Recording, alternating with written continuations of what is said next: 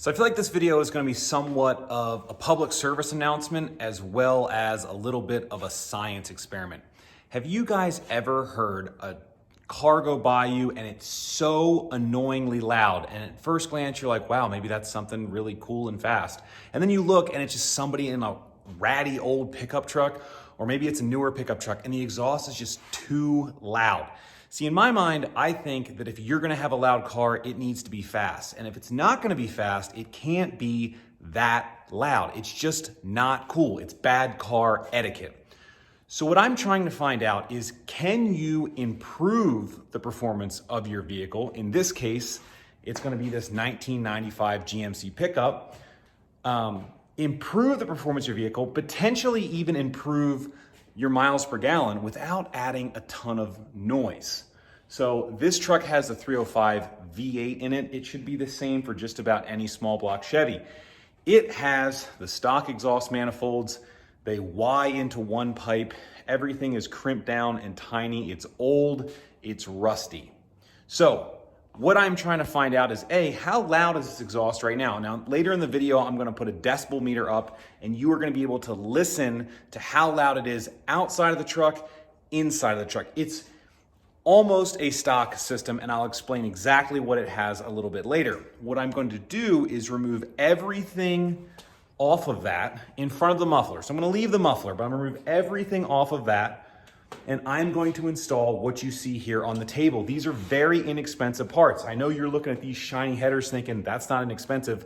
They were $180, okay? $180 for this set of mid-length headers. And because I wanna keep everything emissions compliant, I'm gonna install a catalytic converter.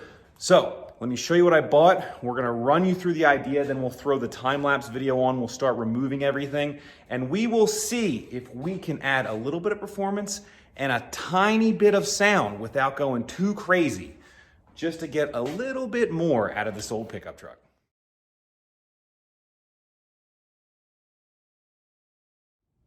Okay, now we're underneath the truck. I'm gonna explain the exhaust system to you. Like I said, it is not 100% stock, but for all intents and purposes, from the standpoint of power, it's 100% stock. So let me show you what it is. So we are looking at a single exit exhaust. This is not duals. This is how it would have came from the factory. The only difference is basically from this kind of trans cross member, or mid cross member, whatever you want to call it.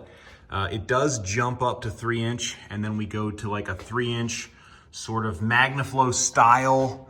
This is not a Magnaflow muffler, but it's the same idea. It's a straight through design, no chamber, and then we just run 3 inches out the back. So this is not going to affect performance, and I can tell you that it really doesn't affect sound that much. It made it a little bit louder, but not very much. So what we're going to do is, from here forward, all that stuff's coming off. Now you can see, look, that crimps down, okay? So that's maybe 2.5 inches.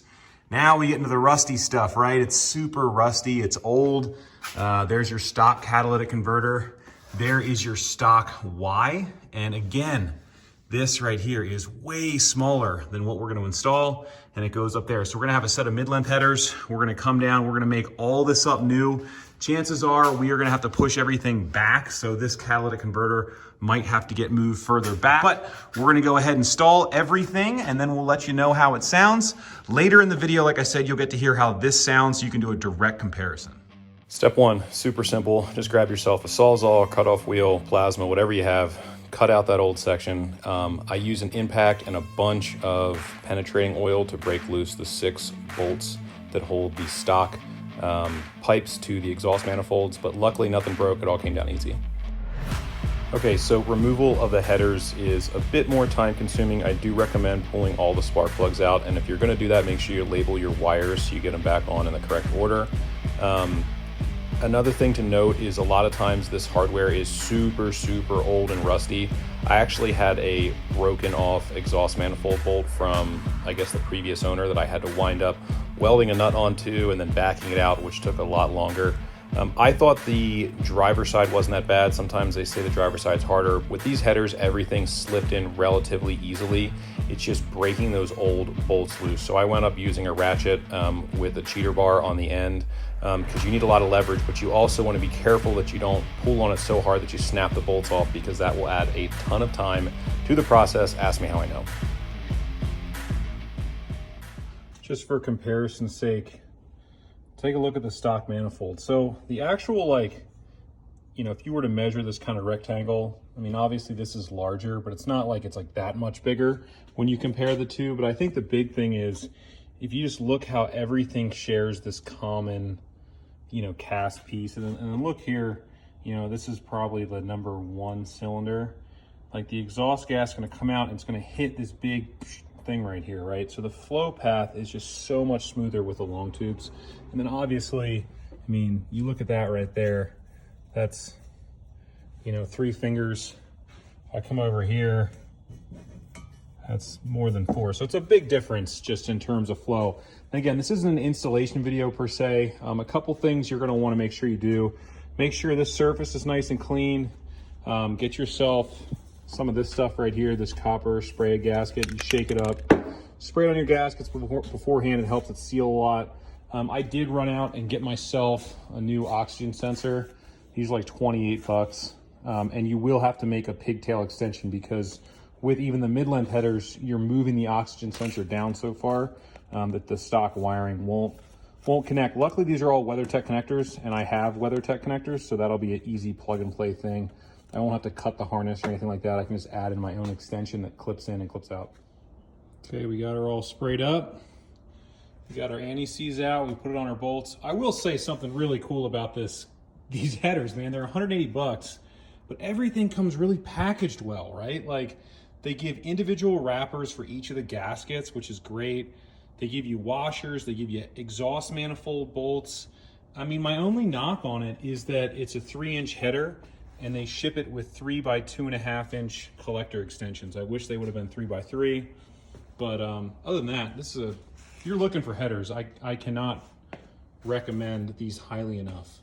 Okay, so I'm not gonna have the time lapse on for everything. I don't know, sometimes I just wanna focus and not worry about the camera. So the stock exhaust has, you know, right, it's gonna be the same idea, and this is what I've made up so far. Now, the one thing I screwed up on was they do sell a 3 by 2.5 reducing Y. Unfortunately, I thought I was gonna run 3-inch all the way through, but it's just kind of cumbersome to run, and really it's totally overkill. So basically what it's gonna be, the old system, it was weird, like jumped up to like 3 or 2 3/4, and then it went back down and jumped back up. So all that's going away. And basically from the Y onward, it's going to be all 3-inch straight through the muffler. So this is all 3-inch, new catalytic converter. But then coming in, it's going to be 2.5, which is, again, for reference sake, right? Like, here's 2.5 in my hand, and that's what's there. So as you can see, still way bigger, more than enough for something that makes under 200 horsepower. Way under 200 horsepower probably. So this will be totally fine, but this is what I got so far. So I'm gonna cut the mount, slip this in, and then start working. This will be kind of my point to reference from, and then start working on the 2.5-inch, which is the tricky part. All right, everybody, it's all done. Hey, look, it's not pretty, but it's functional. Just skip right over those welds right there. So we got our cat, so it's legal. All 3-inch, all the way back.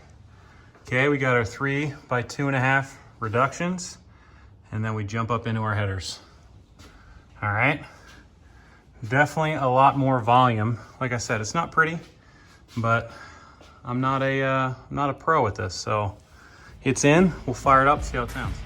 Okay, really quick before we start it up, here are the parts I used and the prices, just so you know that I'm being honest. I just want to say before we start it up and show the new exhaust, I'm going to show you what the stock exhaust sounded like. Additionally, I'm going to have a decibel meter out there so you can see how loud it is to determine whether or not doing this will be too loud for your application, or maybe you want some more additional noise, so you choose a different muffler.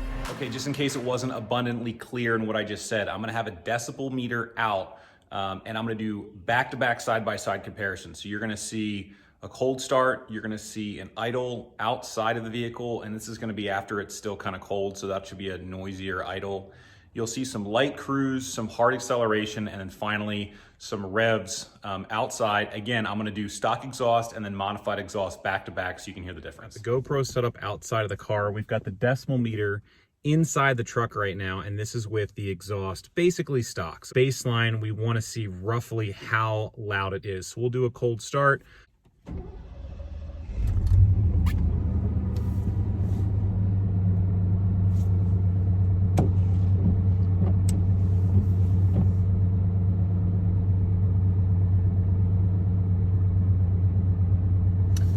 So pretty consistently now with a cold start, as you can see, it was between about 55 and 60. Okay, same deal as before, but now we have the new exhaust installed. Pardon my appearance, we just got done doing yard work all day and I'm trying to fit this video into the end of the day.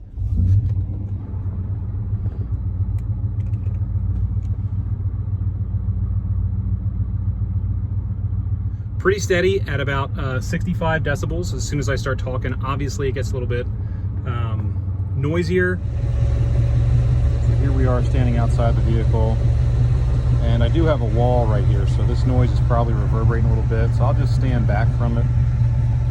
And right there, 68 to 70 decibels, not loud at all.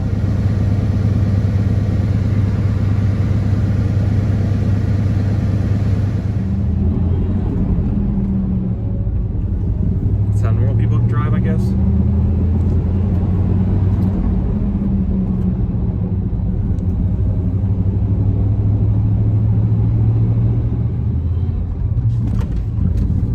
From inside, the tone is almost identical.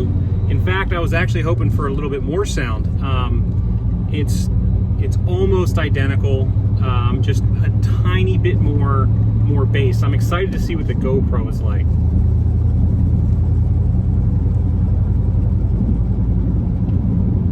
Around 75 decibels is kind of what it reads right now, just cruising.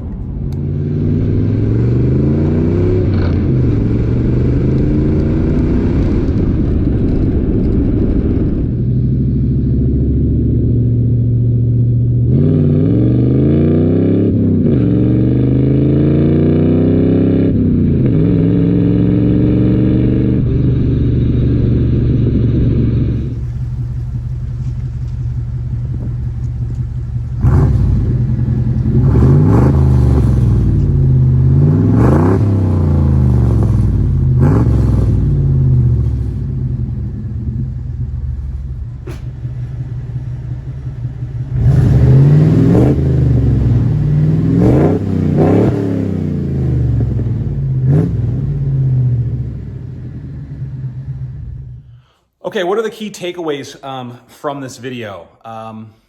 One of them right off the bat is that I think if you are after sound, whether it's louder or quieter, your muffler really makes the most difference. As you saw in the video, the headers, even though they are way less restrictive, way larger primaries, all larger piping, it doesn't affect the sound all that much. There's definitely a bit more of a bassy tone to it.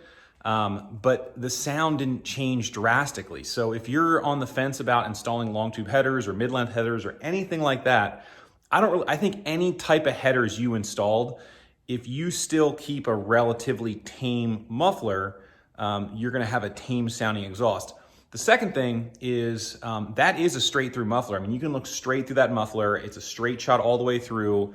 There's a perforated pipe with some packing. So if you go to a chambered style muffler like a Flowmaster, you're gonna probably get more sound from that. You're also gonna get the potential for drone. There is no drone with the system at all.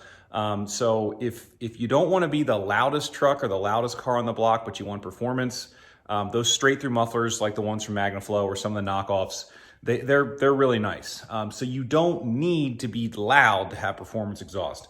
I'm sure there'll probably be a few comments saying, well, you could have run true duals and that would have changed the sound. And I won't disagree with you that it likely would have changed the sound. I don't think it would have made it a ton louder. If you did want it louder, but you still wanted a single exit exhaust, you could probably do, you could increase the size of the piping going in. You don't need it. Again, there's been plenty of videos done on this where at that power level, even 150, 200 more horsepower than that, 2.5-inch exhaust is more than enough. So you don't need larger, but if you wanted to, you could do like a 3-inch into a 4-inch all the way out the back. That could possibly change the sound. But again, at the end of the day, I would recommend, put that performance exhaust on there, especially at this price point.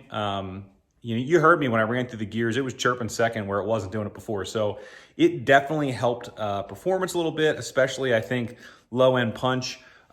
If you want more noise, you can always change out the muffler. So the takeaway here is you don't need to be loud to have performance exhaust. Now, I'm sure a lot of people won't listen to this, and I'll still be hearing trucks with Flowmaster 10 series on them, just blasting down the road slow and loud.